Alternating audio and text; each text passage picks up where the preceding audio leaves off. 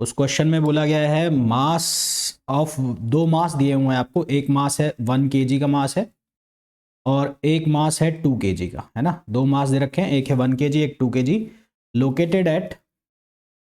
Located at x equals to 0 and x equals to 3 metre.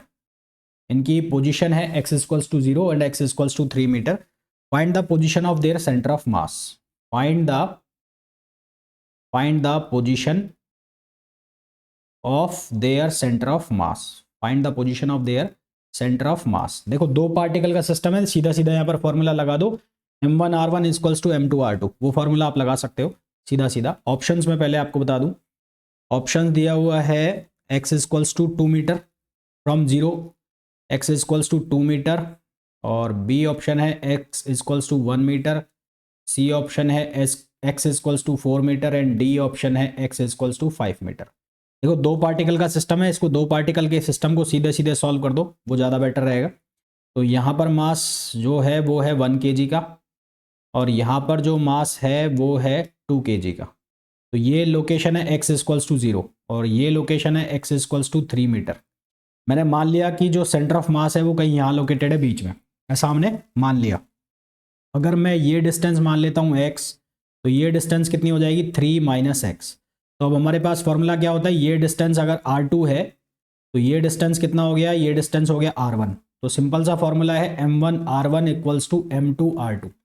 Now m1 की जो value है वो कितनी हो गई 1 kg, तो 1 kg into x equals to m2 कितना हो गया 2 kg, और ये वैल्यू कितनी हो गई 3 माइनस एक्स।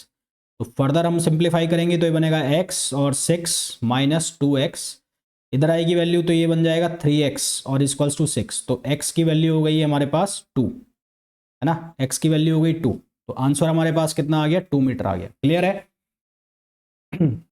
ठीक है, नेक्स्ट क्वेश्चन पे चलो। Question number second. Question number second में हमें बोला है, तीन मास दिए हुए हैं यहाँ पर भी, m1 इक्वल्स टू है 1 kg, m2 इक्वल्स टू है 2 kg, m3 इक्वल है 3 kg। इनके पोजीशन कोऑर्डिनेट्स दे रखे हैं। r1 की पोजीशन कोऑर्डिनेट की वैल्यू है i cap plus 4j cap plus k cap. r2 की वैल्यू हमें गिवन है वो है i cap plus j cap plus k cap, and r3 की जो वैल्यू है वो है हमारे पास 2i cap minus j cap और minus 2k cap. We have to find out centre of position coordinate of centre of mass, है ना। तो what will be the position vector of centre of मास। हमें सेंटर ऑफ मास का जो position vector है उसकी value निकालनी है। तो बड़ा सिंपल सा है, फॉर्मूला आपको यूज़ करना है। तो उसका फॉर्मूला क्या होता है मैंने आपको बताया है already, m1r1 vector plus m2r2 vector plus m3r3 vector over m1 plus m2 plus m3। तो यहाँ पर आपको ये सारे वेक्टर्स यूज़ करना है, यानी कि 1 को मल्टीप्लाई करोगे i plus 4j plus k, तो ये बनेगा i plus 4j plus k। यहाँ पे कोई ज़्यादा कुछ चेंज करना नहीं है। फिर ये r2 m2, इसको 2 से मल्टीप्लाई करके मैं डायरेक्ट वैल्यू लिख रहा हूँ, है ना। तो ये बनेगा 2i कैप, ये बनेगा 2j कैप, एंड देन ये बनेगा 2k कैप। और उसके बाद जो थर्ड वाला है, थर्ड वाला मैं 3 से मल्टीप्लाई करके लिख रहा हूँ, तो वो बनेगा 6i cap, then minus 3j cap, and then 6k cap. ये तीन वैल्यू बनेगी, एंड समेशन हमें करना है 3 to 5 प्लस 6, ये हमें समेशन करना है। तो इसको जब आप सिंप्लीफाई करोगे, डायरेक्ट आंसर लिख रहा हूँ 1/2 3i cap plus j cap, 1/2 3i cap plus j cap और माइनस k कैप मीटर। ये आंसर आ जाएगा किसका, सेंटर ऑफ मास का। ठीक है, ये आंसर आ जाएगा किसका, आ जाएगा सेंटर ऑफ मास का। बड़ा ही सिंपल सा क्वेश्चन था, दोनों क्वेश्चन में कुछ ज़्यादा कुछ नहीं था, बेसिक फार्मूला थे। इस तरह के क्वेश्चन भी आ जाते हैं, है ना। तुम्हारे पास जो एग्जाम है उसमें 75 क्वेश्चन आते हैं, उनमें क्वेश्चन ढूंढने पड़ते हैं तुम्हें कौन से सिंपल है। ये भी एक कला होती है, आर्ट होती है कि आप एग्जाम को किस तरह से अटेम्प्ट कर रहे हो। तो इस तरह के क्वेश्चन बहुत मिलेंगे तुम्हें शुरू का जब एग्जाम पेपर देखोगे तो उसमें बड़े बड़े क्वेश्चन दिखेंगे या ऐसा क्वेश्चन दिखेंगे जो तुम्हें आ ही नहीं रहे, और फिर बीच में कहीं इस तरह के क्वेश्चन छुपाए हुए होंगे जिन्हें तुम कर सकते हो पर एग्जाम प्रेशर के चक्कर में इन्हें भी छोड़ देते हो। इस तरह के क्वेश्चन भी दिखेंगे तुम्हें। नेक्स्ट क्वेश्चन, हमें एक रेक्टेंगल दिया गया है और वो रेक्टेंगल एक कोऑर्डिनेट या ऐसा कह लो कि एक्स वाई प्लेन के ऊपर रखा है। तो ये एक्स वाई प्लेन के ऊपर जो रेक्टेंगल रखा है यहाँ पर ये कुछ पॉइंट्स बनाए गए हैं और उनके हमें कोऑर्डिनेट्स दिए गए हैं। इस पॉइंट को नाम दिया ए, इस पॉइंट को नाम दिया बी, इस पॉइंट को नाम दिया सी और इस पॉइंट को नाम दे दिया डी। हमें बोला ये 1 मीटर है और ये भी बोला 1 मीटर है, ठीक है। और मास जो है वो हमें गिवन है, मास 1 2 3 4। यहाँ पर जो ए पर मास रखा है एम ए, इसकी वैल्यू है 1 kg। बी पर जो मास रखा है उसकी वैल्यू है 2 kg। सी पर जो मास रखा है उसकी वैल्यू है 3 kg और डी पर जो मास रखा है उसकी वैल्यू है 4 kg। ये मास हमें दिए हुए हैं। We need to find out x C O M, यानी कि जो सेंटर ऑफ मास है उसका एक्स कोऑर्डिनेट और वाई कोऑर्डिनेट हमें ये निकालना है ना। मैं जो क्वेश्चन में पूछा गया है उसके अकॉर्डिंगली हमें जो सेंटर ऑफ मास है उसके एक्स कोऑर्डिनेट और वाई कोऑर्डिनेट की वैल्यू बतानी। सवाल ये है कैसे बताएंगे। तो कोऑर्डिनेट की वैल्यू बताने के लिए, यानी कि अगर मेरे को एक्स सी ओ एम लिखना है, अगर मेरे को एक्स सी ओ एम लिखना है देन उसके लिए फॉर्मूला क्या बनेगा, m1 x1 plus m2 x2 plus m3 x3 plus m4 x4। Over क्या आएगा, ओवर आएगा m1 plus m2 plus m3 plus m4। सवाल ये x1 x2 x3 x4 की वैल्यू कहाँ से लाओगे, है ना। तो देखो इनके कोऑर्डिनेट लिखना चालू करो। अब ये ओरिजिन हो गया तो यहाँ कोऑर्डिनेट कितने हो गए, 0,0। इसी तरह से अगर सी पॉइंट के मैं कोऑर्डिनेट लिखूँ तो ये कितना होगा, 1,0। इसी तरह से बी के कोऑर्डिनेट लिखूँ तो ये होगा 1,1 और इसी तरह से ए के कोऑर्डिनेट लिखूँ तो ये होगा 0,1। तो इसको मैं 1 बोल रहा हूँ, इसको मैं 2 बोल रहा हूँ, इसको मैं 3 बोल रहा हूँ, इसको मैं 4 बोल रहा हूँ। दैट मीन्स x1 की वैल्यू हो गई 0, x2 की वैल्यू 1 हो गई, x3 की वैल्यू 1 हो गई और x4 की वैल्यू हो गई 0। तो 2 की वैल्यू 0 हो गई है और 2 की वैल्यू 1 1 हो गई है। तो अगर मैं XCOM निकालना चाहूँ, मैं XCOM निकाल रहा हूँ, YCOM तुम्हें खुद निकालना है। तो अगर मैं XCOM निकालना चाहूँ यानी कि सेंटर ऑफ मास, तो क्या करोगे, m1 की वैल्यू कितनी है 1, तो 1 × 0 प्लस m2 की वैल्यू कितनी है 2 kg और वो कितना हो जाएगा × 1 प्लस 3, m3 की वैल्यू कितनी है 3 और ये भी कितना हो जाएगा 1 प्लस m4 की वैल्यू 4 और ये कितना हो जाएगा 0 upon total mass. Total mass कितना हो गया 1 + 2 कितना हो गया 3 + 3 6 और ओवर प्लस 4 10। तो टोटल ओवर हो गया 10, तो ये हो गया 2 और ये हो गया 3, तो 3 और 2 5, तो ये हो गया 5/10 यानी कि कितना आ गया 1/2। तो 1/2 किसकी आ गई value, centre of mass x की वैल्यू आ गई ना, एक्स कोऑर्डिनेट की वैल्यू आ गई। सिमिलरली आपको वैल्यू निकालनी वाई की, और वाई का जो सेंटर ऑफ मास निकालना है वो आप लोगों के लिए होमवर्क है। क्लियर है, हो जाएगा नहीं हो जाएगा। नेक्स्ट क्वेश्चन पे आ जाऊं। अब कंबाइंड फिगर के सेंटर ऑफ मास निकालते हैं। कंबाइंड फिगर के, कंबाइंड फिगर का सेंटर ऑफ मास निकालने के लिए आपको एक डायग्राम शो किया गया है। क्वेश्चन नंबर 4, इस डायग्राम में एक सर्कुलर डिस्क दिखाई गई है। ये सर्कुलर डिस्क है और इस सर्कुलर डिस्क की जो रेडियस है वो a है, इसकी जो रेडियस है वो a है, सर्कुलर लैमिना बोल लो इसको। और इस सर्कुलर लैमिना में से एक a/2 रेडियस की सर्कुलर लैमिना को कट कर लिया। a/2 रेडियस की सर्कुलर लैमिना को इसमें से क्या कर लिया, कट कर लिया, ये काट ली। इसकी जो रेडियस है, इसका सेंटर यहाँ है, तो इसकी जो रेडियस है वो है a/2, ठीक है, इसकी रेडियस है a/2। तो ये पोर्शन कट हो गया, कट, ये पोर्शन कट है इसमें से। तो what will be the centre of mass, what will be the centre of mass, centre of mass of the system. तो इस सिस्टम का सेंटर ऑफ मास क्या बचेगा वो हमें बताना है। देखो भाई करेंगे कैसे इसको, ध्यान से सुनना। अब यहाँ पर हमें मास वास तो पता नहीं है, मेरे को ये दिख रहा है कि एक सर्कुलर डिस्क है जिसका एरिया मैं निकाल सकता हूँ। तो जब 2 डायमेंशनल फिगर मिले जहाँ पर आपके पास मास ना हो तो वहाँ पर आप फॉर्मूला लगाओगे a1x1 plus a2x2 upon a1 plus a2। कहने का सिंपल सा मतलब है जहाँ पर मास नहीं है वहाँ पर एरिया से काम चलाओगे। पर यहाँ पर क्या हो रहा है, माइनस हो रहा है, एक बड़ी चीज में से छोटी चीज माइनस हो रही है। तो माइनस जो हो रही है उसको निकालने के लिए क्या करना पड़ेगा, आपको रेफरेंस लेना पड़ेगा। रेफरेंस से मेरा मतलब है जब भी कंबाइंड फिगर की बात होगी तो डिस्टेंस जो होती है वो हमेशा किसी ना किसी रेफरेंस के रेस्पेक्ट में होती है। मतलब अगर मैं मेरी हाइट भी मेजर करना चाहूँ तो या तो मैं उसको ग्राउंड फ्लोर से करूंगा, मतलब जमीन से करूंगा, या उसको सीलिंग से करूंगा। तो जब भी हमें कोई डिस्टेंस मेजर करनी है तो उसके लिए हमें रेफरेंस लेना पड़ेगा, और ये आपको कंबाइंड फिगर के केस में हमेशा करना पड़ेगा। तो मैं यहाँ पर रेफरेंस जो हमेशा जो मेरे कन्वीनियंस के लिए लेके चलूंगा, अगर मेरे को एक्स निकालना है यानी कि सेंटर ऑफ मास निकालना है एक्स डायरेक्शन में, तो उसके लिए मैं वाई एक्सिस को रेफरेंस लूंगा। उससे मेरा जो आंसर है उसको निकालने में आसानी होगी। वो लेने को तो आप कुछ भी ले सकते हो, और अगर मेरे को वाई डिस्टेंस निकालनी है तो उसके लिए रेफरेंस मैं एक्स को लेके चलूंगा, है ना। आप कुछ भी ले सकते हो, मैं एक्स और वाई लेके चल रहा हूँ। तो मैंने रेफरेंस ले लिया, ये रेफरेंस एक्सिस ले लिया। ये रेफरेंस एक्सिस है किसके लिए, एक्स के लिए, और ये रेफरेंस एक्सिस है किसके लिए, वाई के लिए। तो ये दोनों मैंने रेफरेंस ले लिए, ठीक है।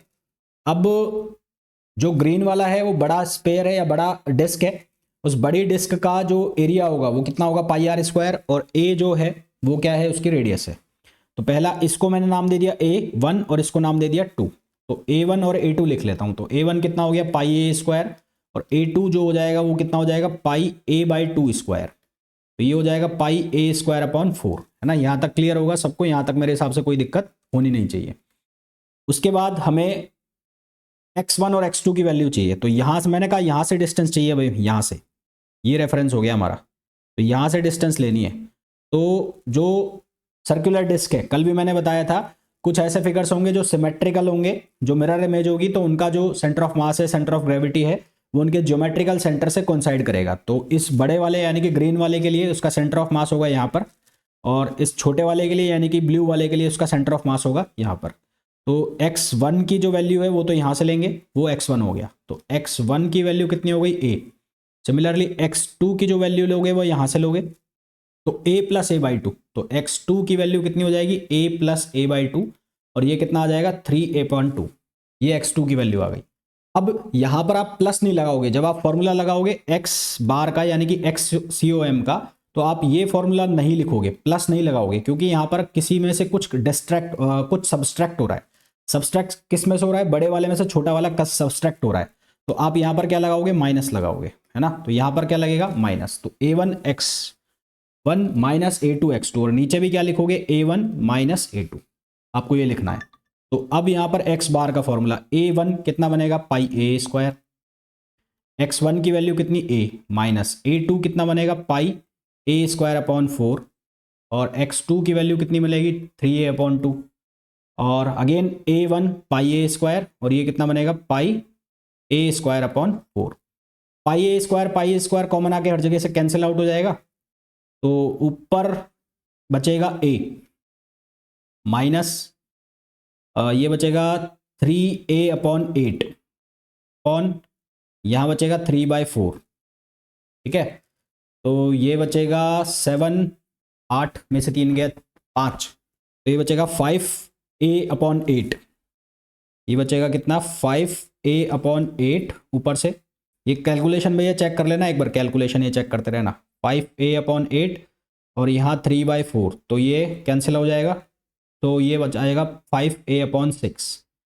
तो ये वैल्यू आ गई x बार की, x बार की वैल्यू आ गई 5a/6। और ये जो x बार आया है ये आया है कहाँ से, यहाँ से, ये यहाँ से आया है। तो x बार कहीं यहाँ पर होगा 5a/6, यानी कि a से भी कम वैल्यू हो गई इसकी, a/2 से कम, तो कहीं यहाँ पर आ रहा होगा x बार।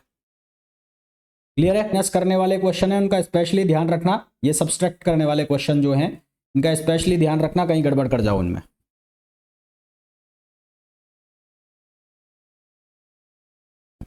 इसी तरह का एक और क्वेश्चन मैं बताता हूं आपको। जैसे कि मैंने ये एक टी सेक्शन बना दिया, टी, ये बना दिया मैंने, और हमें बोला कि इसका सेंटर ऑफ मास बताओ। ये जो है इसकी विड्थ दी 10 mm में ले लो, जो चाहो तुम्हारी इच्छा हो वो विड्थ ले सकते हो। ये 20 ले लो, 20 आसानी रहेगी। और ये जो है ये विड्थ हमें दे दी 40 और ये जो विड्थ दे दी हमें 20 और ये जो विड्थ है ये हमें दे दी 60। हमें बोल दिया कि इसके क्या निकालो, एक्स COM निकालो और y COM निकालो। ये हमें क्वेश्चन बोल दिया। तो करना क्या है, सबसे पहले अब ये कंबाइंड फिगर है, कंबाइंड फिगर है तो यहाँ पर मैंने कहा आपको रेफरेंस लेने पड़ेंगे। और जैसा कि मैंने कहा मैं रेफरेंस मेरी सुविधा के लिए, मेरे अकॉर्डिंगली मैं ये मान के चलता हूँ कि x के लिए सबसे लेफ्ट वाला ले लो और y के लिए ये ले लो। ठीक है, इसको नाम दे दिया मैंने 1 और इसको दे दिया 2। तो अब यहाँ पर अगर आप y बार निकालना चाहते हो तो y बार कैसे निकालोगे, a1 y1, अब यहाँ पर ऐड हो रहे हैं तो a2 y2 upon a1 plus a2, ऐसा लिखोगे a1 y1 plus a2 y2 upon a1 plus a2। आपको चाहिए सबसे पहले a1 यानी कि एरिया, एरिया कितना आएगा 40 इंटू 20, ये कितना आ जाएगा 800। फिर आपको चाहिए a2, तो a2 कितना आ जाएगा 60 इंटू 20, ये कितना आ जाएगा 1200। क्लियर, तो ये a1 a2 की वैल्यू आ गई। Now you need to find out the value of y1 and y2। y1 का मतलब है position of centre of mass of 1, y2 का मतलब है position of centre of mass of 2। कहां से, रेफरेंस से। रेफरेंस कौन सा है हमारे पास, y के लिए रेफरेंस है ये, तो ये वैल्यू हो गई y1 की। y1 की वैल्यू क्या होगी, सेंटर ऑफ मास। तो सेंटर ऑफ मास रेक्टेंगल का कहाँ होगा, उसके सेंटर में। तो ये 40 डिस्टेंस है तो 40 का हाफ कितना हो गया 20, 40 का हाफ कितना हो गया 20।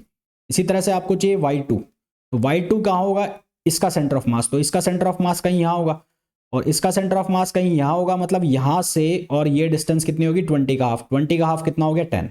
पर आपको डिस्टेंस कहाँ से चाहिए, यहाँ से चाहिए। तो यहाँ से डिस्टेंस चाहिए तो कैसे निकालोगे, 40 प्लस 10, तो ये कितना निकलेगा 40 प्लस 10, तो ये कितना आ गया 50 आ गया। कितना आ गया 50।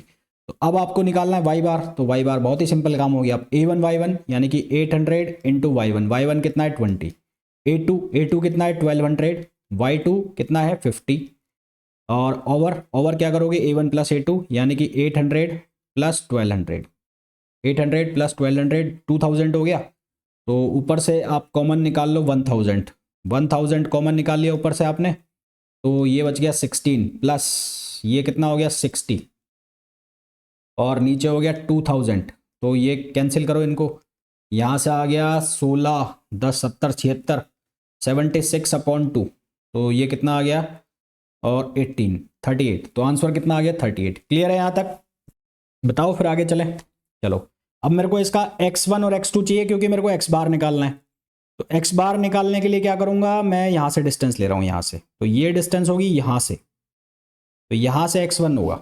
अब x1 लोगे कैसे भाई, x1 लोगे तो इसका हाफ करना है, इसका हाफ, ये 20 है तो 20 का हाफ यहाँ से, तो यहाँ से 20 का हाफ कितना होगा 10, और हमें डिस्टेंस चाहिए यहाँ से, तो ये कैसे निकालें भाई। तो इसको निकालने के लिए क्या करोगे, क्योंकि ये सिमेट्री है, सिमेट्री यहाँ से एक एक्सिस डालोगे तो ऐसे फोल्ड हो जाएगा पूरा।